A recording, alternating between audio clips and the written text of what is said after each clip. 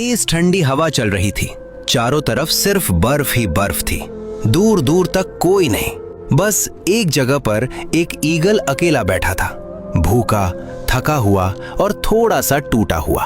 वो अपनी तेज नाखून से बर्फ को खोद रहा था, शायद कुछ खाने को मिल जाए। तभी पीछे से एक धीमी आवाज आती है, यहाँ कुछ नहीं मिलेगा। ईगल तुरंत मुड़ता है और बोलता है, कौन हो तुम? जो तुम कर रहे हो वही मैं भी कर रही हूँ, जिंदा रहने की कोशिश। फिर ईगल पूछता है, कब से हो यहाँ? इतना वक्त हो गया कि अब गिनना छोड़ दिया। ईगल थोड़ा सोचता है, फिर कहता है, कुछ मिलता है यहाँ खाने को? कभी कभी, अगर किस्मत मेहरबान हो जाए तो। मोरनी उसकी तरफ देखती है। साथ में ढूंढे? अकेले से बेहतर साथ में कोशिश करना बुरा नहीं। दोनों धीरे धीरे साथ चलने लगते हैं। कुछ दूर जाने के बाद अचानक मोरनी रुक जाती है। रुको, धीरे चलो, यहाँ नीचे पानी है, बर्फ के नीचे। ईगल रुक जाता है, हैरानी से पूछता है, तुम्हें कैसे पता? क्योंकि मैं पहले यहाँ गिर चुकी हूँ। दोनों को जमी हुई एक छोटी झील के किनारे थोड़ा सा खाना मिल जाता है।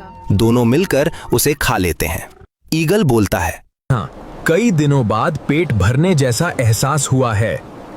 खाने के बाद दोनों चुपचाप बैठ जाते हैं। ईगल धीरे से कहता है, अगर तुम नहीं होती तो मैं शायद यहाँ तक नहीं पहुँचता। और अगर तुम नहीं होते तो मैं शायद यहाँ रुकती ही नहीं। मोरनी उसकी तरफ देखती है। दोनों हल्का सा मुस्कुराते हैं। मोरनी बोलती है, पहले भी किसी के साथ थे? भरोसा किया था और वही सबसे बड़ी गलती निकली। मोरनी कुछ पल उसे देखती है, फिर हल्के से पूछती है, तो अब किसी पर भरोसा नहीं करते? कोशिश भी नहीं करता। फिर आज मेरे साथ क्यों हो? ईगल उसकी आंखों में देखता है और हल्की सी मुस्कान के साथ कहता है, शायद इस बार फिर से वही गलती करना चाहता हूं। देखो, रास्ता साफ है। हाँ, साथ चलते हैं। थोड़ी देर बाद मोरनी कहती है, अजीब है ना, अभी मिले हैं लेकिन लग रहा है जैसे बहुत पहले से जानते हैं। कुछ रिश्ते वक्त नहीं लेते बनने में। कुछ दिन बीत गए। जगीरा और मोरनी अब साथ रहने लगे थे। साथ खाना ढूंढते, साथ चलते और धीरे धीरे एक दूसरे की आदत बन गए थे।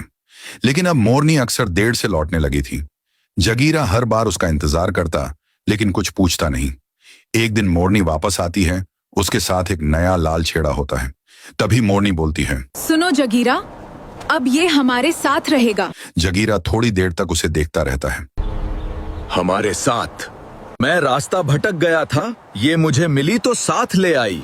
मैं इसे ऐसे अकेला नहीं छोड़ सकती थी। अच्छा किया। धीरे धीरे तीनों साथ रहने लगते हैं। लेकिन अब सब कुछ पहले जैसा नहीं था। जहां पहले वो जगीरा के साथ बैठती थी, अब वहीं लाल चीड़ा बैठा होता था। एक दिन लाल चीड़ा ने मोरनी से पूछा, तुम हमेशा इतनी शांत क्यों रहती हो? जिंदगी ने सिखा दिया, ज्यादा उम्मीद नहीं रखनी चाहिए। लेकिन अगर कोई साथ हो तो उम्मीद अपने आप बन जाती है। मोरनी उसकी बात सुनकर हल्का सा मुस्कुराती है। जगीरा पास ही खड़ा ये सब सुन रहा होता है। उसके चेहरे पर हल्की सी मुस्कान होती है, लेकिन आंखों में आंसू। कुछ देर बाद जगीरा धीरे से बोलता है, अच्छा है, अब तुम्हें अकेले नहीं रहना पड़ेगा। अकेले का क्या मतलब है? तुम भी तो हो। हाँ, बस अब जरूरत नहीं रही शायद। याद है जब यहाँ कोई नहीं था तब हम दोनों थे, तब तुम मुझे ढूंढती थी। मुझे याद है। मैंने सोचा था इस बार कोई नहीं बदलेगा, लेकिन शायद मैं ही हर बार गलत सोचता हूँ। छोड़ो, अब आदत डाल लेता हूँ। मोरनी कुछ बोल नहीं पाती। लाल चिड़ा चुप बैठा सब देख रहा होता है। जगीरा मुड़कर धीरे धीरे वहां से चला जाता है। मोरनी उसे रोकना चाहती है, लेकिन इस बार वो कुछ नहीं कहती। कभी कभी कोई आपका स्थान नहीं लेता, बस आपकी जगह कोई और भर देता है। बर्फ पर बने वो निशान अब साफ दिखाई दे रहे थे। मोरनी उन निशानों को देखते हुए धीरे धीरे आगे बढ़ती है। हर कदम के साथ उसका डर बढ़ता जा रहा था। लाल चिड़ा भी अब समझ चुका था, ये कोई हादसा नहीं था। दोनों उन निशानों का पीछा करते हुए आगे बढ़ते हैं। ठंडी हवा चल रही थी, लेकिन मोरनी के अंदर की बेचैनी उससे भी ज्यादा तेज थी। अगर उसे कुछ हो गया ना, मैं खुद को कभी माफ नहीं करूंगी। लाल चिड़ा कुछ नहीं कहता, बस उसके साथ चलता रहता है। काफी दूर जाने के बाद उन्हें एक पेड़ के नीचे कोई बैठा हुआ दिखाई देता है। वो जगीरा था। मोरनी की चाल अचानक तेज हो जाती है। जगीरा धीरे से उनकी तरफ देखता है। उसके चेहरे पर ना खुशी थी ना डर, बस एक अजीब सी शांति। उसके पास वही छोटा सा बच्चा बैठा था। मोरनी की आंखों में आंसू आ जाते हैं। वो दौड़कर बच्चे को अपने सीने से लगा लेती है।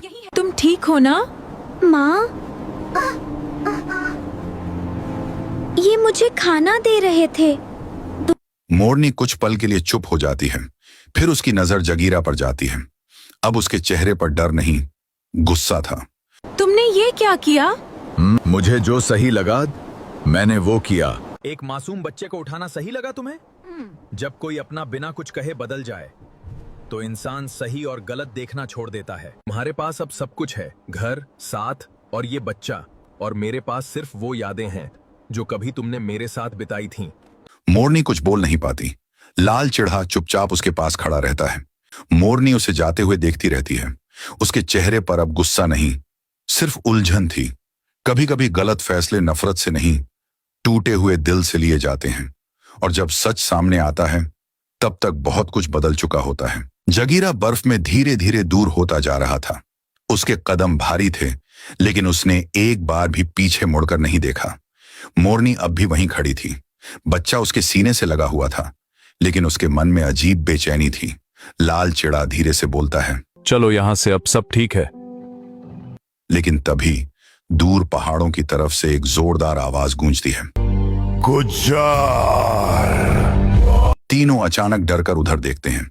बर्फ के ऊपर बड़े बड़े पंजों के निशान दिखाई देने लगते हैं, और ये निशान जगीरा के नहीं थे। मोरनी घबराकर बोलती है, ये किसके निशान है? ये शेर के निशान है। मोरनी की सांसें तेज हो जाती हैं। उसे अचानक याद आता है, कुछ देर पहले जगीरा के शरीर पर चोट के निशान थे और उसके पंखों पर खून भी लगा था। मतलब जगीरा बच्चे को बचाकर ला रहा था? लाल चिड़ा कुछ नहीं बोलता, लेकिन अब सच धीरे धीरे सामने आ रहा था। उधर दूसरी तरफ जगीरा अकेला बर्फीले जंगल में आगे बढ़ रहा था। उसकी सांसें भारी थीं, उसके कंधे से खून लगातार टपक रहा था। लेकिन तभी उसके पीछे बर्फ पर किसी के तेज कदमों की आवाज आती है। जगीरा रुक जाता है, धीरे धीरे पीछे मुड़ता है, और सामने जो खड़ा था उसे देखकर उसकी आंखें फैल जाती हैं। एक विशाल सफेद शेर। उसकी लाल आंखें सीधे जगीरा को घूर रही थीं। जगीरा हल्की मुस्कान के साथ बोलता है, तो आखिर तुम यहां तक पहुंच ही गए। शेर जोर से दहाड़ता है। उधर दूर खड़ी मोरनी अचानक बेचैन होकर पीछे मुड़ती है। उसका दिल तेजी से धड़कने लगता है। जगीरा! और तभी पूरा जंगल एक जोरदार दहाड़ से कांप उठता है। विशाल सफेद शेर जगीरा के सामने खड़ा था। उसकी लाल आंखों में सिर्फ गुस्सा था। जगीरा घायल था। उसके पंखों से लगातार खून बह रहा था, लेकिन फिर भी वो शेर के सामने मजबूती से खड़ा था। शेर दहाड़ते हुए बोला, आज तुम्हारा अंत है। और अगले ही पल वो बिजली की तरह जगीरा पर टूट पड़ता है। दोनों बर्फ पर दूर तक गिरते हैं। जगीरा पूरी ताकत से लड़ने की कोशिश करता है, लेकिन वो बहुत कमजोर हो चुका था। उधर मोरनी और लाल चिड़ा आवाज सुनकर वहां पहुंच जाते हैं। जैसे ही मोरनी जगीरा को घायल हालत में देखती है, उसकी आंखों में आंसू आ जाते हैं। जगीरा! लेकिन तभी शेर गुस्से में मोरनी की तरफ मुड़ता है। लाल चिड़ा तुरंत मोरनी के सामने आ जाता है। भागो यहां से! लेकिन देर हो चुकी थी। शेर एक जोरदार हमला करता है। लाल चिड़ा दूर बर्फ पर जा गिरता है। उसके पंख खून से भर जाते हैं, लेकिन शेर अब पूरी तरह पागल हो चुका था। वो एक एक करके सब पर हमला करने लगता है।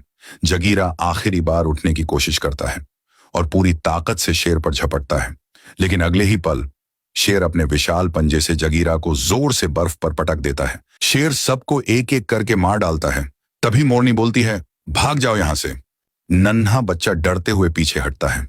उसकी आंखों में आंसू थे, लेकिन वो धीरे धीरे बर्फीले जंगल की तरफ भागने लगता है। पीछे शेर की डरावनी दहाड़ गूंजती है, और कुछ ही देर बाद पूरा जंगल फिर से शांत हो जाता है। अब उस बर्फीले जंगल में सिर्फ एक ही जीव बचा था, वो छोटा बच्चा। लेकिन उसे नहीं पता था कि असली खतरा अभी खत्म नहीं हुआ है।